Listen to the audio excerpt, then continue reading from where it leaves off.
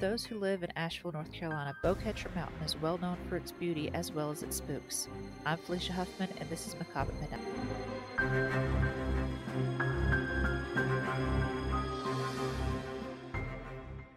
Welcome to Macabre at Midnight. It's been a while since I've done this. Leslie's here. Hi. Of course, if you don't know her because you didn't listen to it the last time I was up there, well, then you are just now meeting her. Hello, and hi, new friends. Alright, so a little bit of backstory. I started the podcast in 2020, about this time in 2020, I believe. And I kept it up until like the spring of last year, and then I just stopped because I didn't have the inspiration to do it. I don't know. Or the energy. And then, like, literally last week, I was like, I'm going to start the podcast again. And so, since all of the old episodes were deleted when I stopped it last year, I'm just re-uploading those. Some of them's getting re-recorded, some of them's not. So if there's references in an episode that's like, this sounds old, that's probably because it is. I'm excited. Podcast is back. I am too. They're also getting re-released in a different order. Okay. And there's a few in there that got recorded last time, but I never released them, so they're technically new. Okay. So, if you're coming back from the last time, yay. And you already know Leslie. Yay! If you're new, this is Leslie. We've been friends for a long time. Very long time. Do you have anything else to say, or shall we jump into today's episode? I'm so ready to jump in. Okay. I've been looking forward to this since you told me it was coming back. Well, this was the same story I did for the very first episode last time, but before I did it by myself, and the episode was like literally 15 minutes because I couldn't think of anything to talk about after I read it, because the story itself isn't that long because there's not a lot of factual information. It's just a bunch of stories that's been passed down. Helens Bridge is located at 201 Beaucatcher Road in Asheville, North Carolina. There are many different stories that surround Helens Bridge, but the one thing that they have in common is a woman named Helen who found her untimely death near or on that bridge. The arched bridge is made from quarried stone and was built in 1909 to provide access to the nearby Zealandia Castle. This is the story of Helen that I was raised on. Helen was a dedicated mother and lived across from Zealandia on the other side of the bridge. Her daughter often played with the children who lived in Zealandia, so it was natural for her to be gone most of the day. On one unfortunate day, Helen's daughter, who has always remained unnamed, was playing in Zealandia when the mansion caught fire. Being that the construction of Zealandia rendered it virtually fireproof, the fire only destroyed one room. As fate would have it, Helen's daughter was caught in the room that was engulfed by flames. When Helen went to retrieve her daughter, she learned of her daughter's fate. Distraught, Helen raced back across the bridge, but stopped when she saw a rope. Full of misery and woe, Helen hung herself. The next morning, a construction crew working in the area at that time found Helen's lifeless body hanging from the bridge. From that day on, Helen continues to search for her daughter. Those who have seen her never return to Beaucatcher Mountain, especially after dark. Others have permanent white handprints on the paint of their car, and one man's car never ran again. That's the story my parents told me of Helens Bridge. I was probably around 10 or so when they first took me to the bridge. I have been so infatuated with Helens Bridge that in one of my high school English classes, we had to make a documentary movie. My group did Helens Bridge. We talked to one of the people who worked at Festiva Resorts, which occupies Zealandia Castle. We also talked to my mom, who shared a story about how she scared the crap out of one of her co-workers. She was a delivery driver for Airborne Express. One day, she and a co-worker were driving through Asheville and went over Beaucatcher Mountain. She wasn't driving that day, so when they got to the bridge, she rolled down the window, leaned out, and screamed, "Helen, Helen, Helen." Her co-worker was familiar with the legend and quickly freaked out. Now, there are many different theories about Helens Bridge, and unfortunately, there is no definitive proof of a woman named Helen ever living anywhere near that bridge. The one thing we do have information on is Zelandia Castle and the bridge. Another story of Helen has her house catching on fire. The story goes that she had just given birth to her daughter, and while cooking, her house caught on fire. She ran upstairs to rescue her daughter, but she passed out before getting out of the house. Firefighters rescued her and her daughter from the home, but was only able to resuscitate Helen. When Helen awoke, she was told her only reason for living was dead. Helen wandered through the woods, soon coming upon the bridge, and hung herself. Now let's take a moment to talk about Zelandia. The construction of the house began in 1889. The basement of the house is carved out of solid granite of Beaucatcher Mountain. John Evans Brown had the home constructed and named it Zelandia in honor of New Zealand, where he had been in the Parliament. The original home had a more castle-like feel to it, but Mr. Brown died in 1895. A few years later, the home was acquired by Sir Philip S. Henry, and he doubled the size of the home and transformed it into a Tudor-style home. He filled the house with ancient relics. In the 1950s, part of the original castle was taken down for safety reasons. 26 years later, the construction of I-240 took out some of Beaucatcher Mountain, and the home suffered further. The home was owned by another family after Sir Philip, the Dixons, and eventually came under the ownership of Zelandia Holding Company in 2000. Since the home was built in 1889, Mr. Brown died in 1895, and the bridge was constructed in 1909. That would mean Helen likely hung herself while the home was owned by Sir Philip S. Henry. Philip's first wife, Florin Lewison, tragically died in a hotel fire in 1903. The year after, he took his two young daughters to Asheville. He gave Asheville its first art museum, but that's not what we're here to talk about. If the story of Helen that I was raised on is true, that would mean her daughter was playing with the two daughters of Sir Philip S. Henry. His daughters Violet and Lenore took over ownership of the house after their father's death. But the thing is, there is no report of a fire ever happening at Zelandia during this time. And why would they have been able to make it out and not Helen's daughter? In 1961, the house was sold to George Dixon and his wife. Still no mention of a fire. That means the story I was raised on is likely untrue, but the story of Helen is known by just about everybody. While my friends and I worked on our documentary in high school, we interviewed a custodian at what was then Festiva Resorts.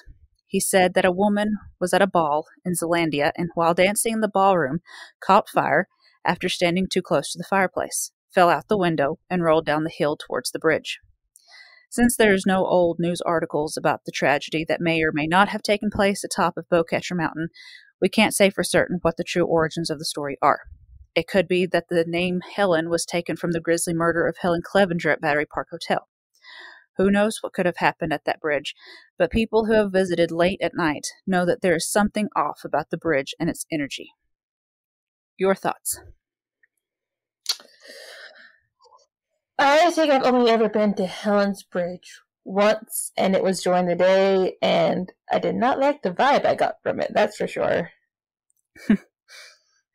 And what's that thing called? Like when you see a face in something that's not really there, but like it looks like a face, so your brain sees it as a face.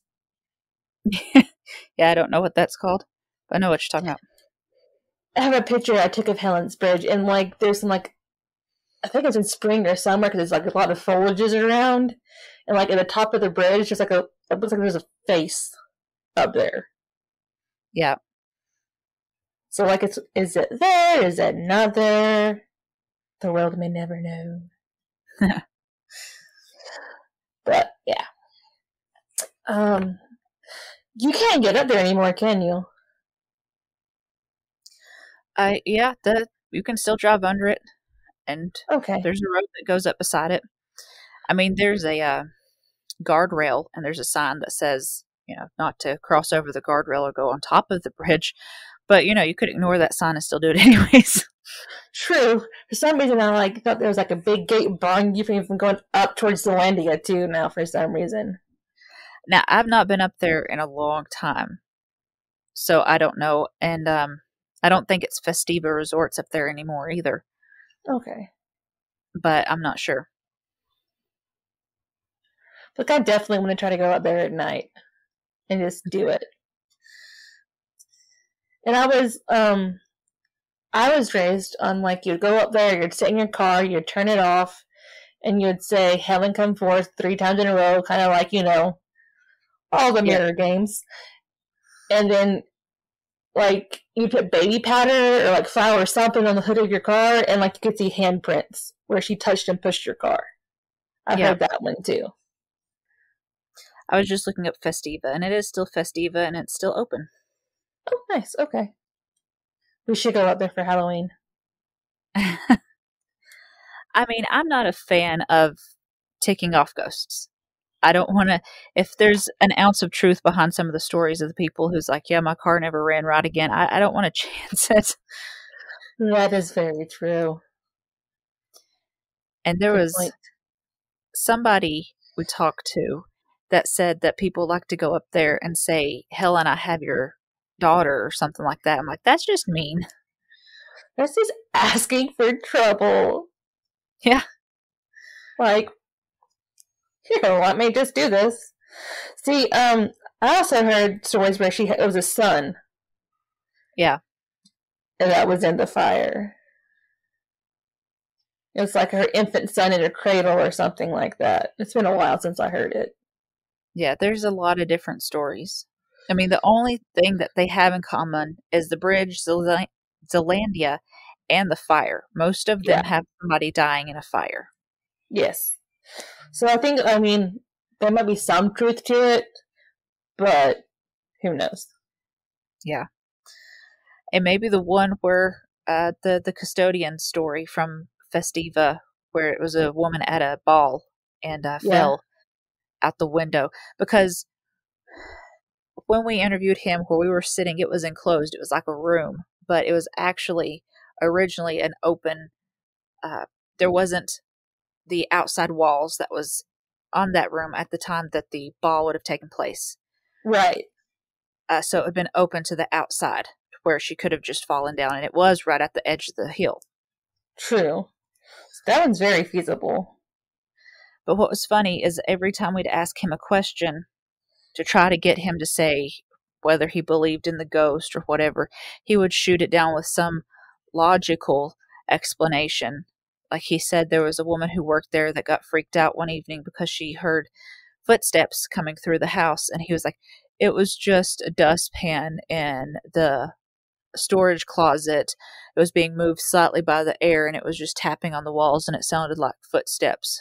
And I'm like, okie dokie. So this employee is one of those who tries to find reason in the supernatural. Yeah. He was most definitely a skeptic. Or just really too afraid to admit it. Maybe it was like he couldn't. Like maybe there's something like an NDA or something he had to sign. Anything's possible. Who knows? It's Asheville. Yeah. I mean, when your business is located in a famous home that may or may not be haunted. Yep. Pretty much. Like, is Zealandia itself haunted or just the bridge? Zealandia itself is haunted from what I've heard. There's been people who've done ghost things in there. You can find all sorts of YouTube videos of people messing around. I will definitely have to look that up. I mean, I've not reread some of the stories I read the first time I did this episode, so it's not fresh on my brain. But I'm pretty sure there's a lot of different stories from people who've worked there or been through the house and has said that it's kind of creepy. Maybe not necessarily scary. Like it ain't no Conjuring or something. But right. I wonder if like North Carolina has a house that's similar to the Conjuring or the Exorcism house. I don't know. I don't know either. We got a lot of old houses around here. We do have a lot of old houses around here, and historic houses too. I mean, the first ones that pop up in my head that could have that kind of energy possibly would be Grove Park or the Biltmore House. Yeah. Oh yeah. But I feel like they're too occupied to get major activity. Oh, for sure. But Mostly, like, there's like little buildings that guests aren't allowed to go to, so I wonder if those may have more activity than the house itself. yeah, it's possible because the spirits or what have you feel more comfortable there. Very possible. I mean, I've not been a ghost in a while, but I'd imagine it's a pain in the butt to try to haunt a place when there's like 50 people in it because you're not going to be able to scare the collective. No. And not everybody's sensitive to it either, so. Yeah. Or they just assume somebody standing next to them touched them. Exactly. I've also heard that she threw herself off the bridge other than hanging herself. Yeah. Seeing the bridge up close and personal, and the custodian brought this up too. It's a fair point to say that it doesn't look like there's a place for a piece of rope to just be magically attached to that you could hang yourself from. It's not, Right. the construction wouldn't really allow for that. Very true. I mean, the But bridge hasn't changed much since then, has it? no, it's still the cobblestone bridge or whatever I said it was. And it doesn't, you can't walk across it. It's there. You can kind of get on it, but it's grown up to where you couldn't actually walk across it. Yeah. Maybe that's what I'm thinking of. Like, you used to be able to walk across it, but now you can't. Maybe that's what I'm thinking of. Yeah, the city probably decided it was too much money to try to keep it safe for people. Yeah, and they probably had amateur ghost hunters and all that out there, and they Yeah. didn't want to risk a lawsuit. Oh, yeah. Because somehow they'd find a way to say, I was in this place illegally, and I was on the bridge, and I got hurt, but it's the city's fault. Some idiot would do that. Oh, yeah.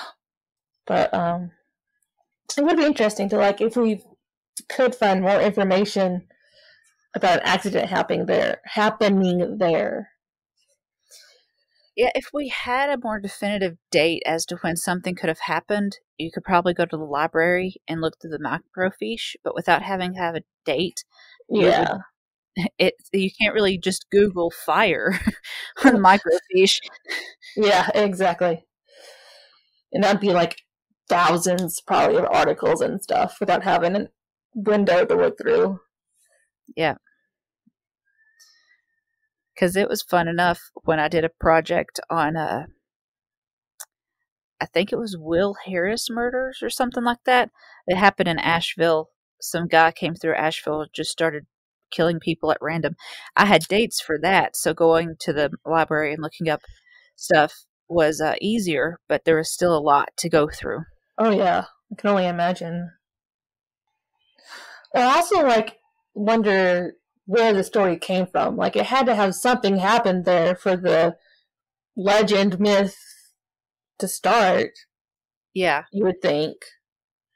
yeah. I feel most stories like that, there's at least an ounce of truth or something that happened. I mean, I know people can just make up stories for the hell of it. Um, but yeah, for something like that, legends normally have some sort of backstory where they got started and then they just spiraled out of control type deal.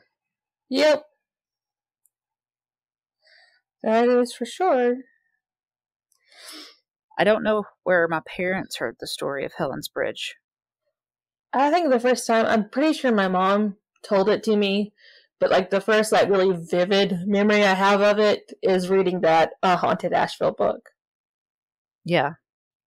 Like I know I've heard stories before, like the book, but that's my most clear memory of the Helens Bridge. And you said they think it may be Helen from Beaucatcher that is haunting the Uh, bridge? no, like the name Helen might have come from Helen Clevenger, who was killed at the Battery Park Hotel. Oh, that's right. My bad, sorry. There's also another legend that I don't think it's in Asheville. I think it's like in Hendersonville. It's a little further out from Asheville that deals with another Helen that died in like a barn fire. So Helen's just a very popular name. Yes. So who knows? Like it could have been any of those, and it just sprung. Sitting around a campfire, and that's where most ghost stories are born. They say, anyways. Or you have the people up there working on the bridge or around it, the upkeep back in the early 1900s, and somebody gets bored and they're like, "Hey, did you hear about this? Blah blah blah." Yeah, that's very true. And then it spiraled from there. Yep. That's it for tonight's episode. Be sure to check us out on Twitter, because that's the only thing I have, and my or Facebook and the website. See you next week. Stay spooky, everybody. Bye.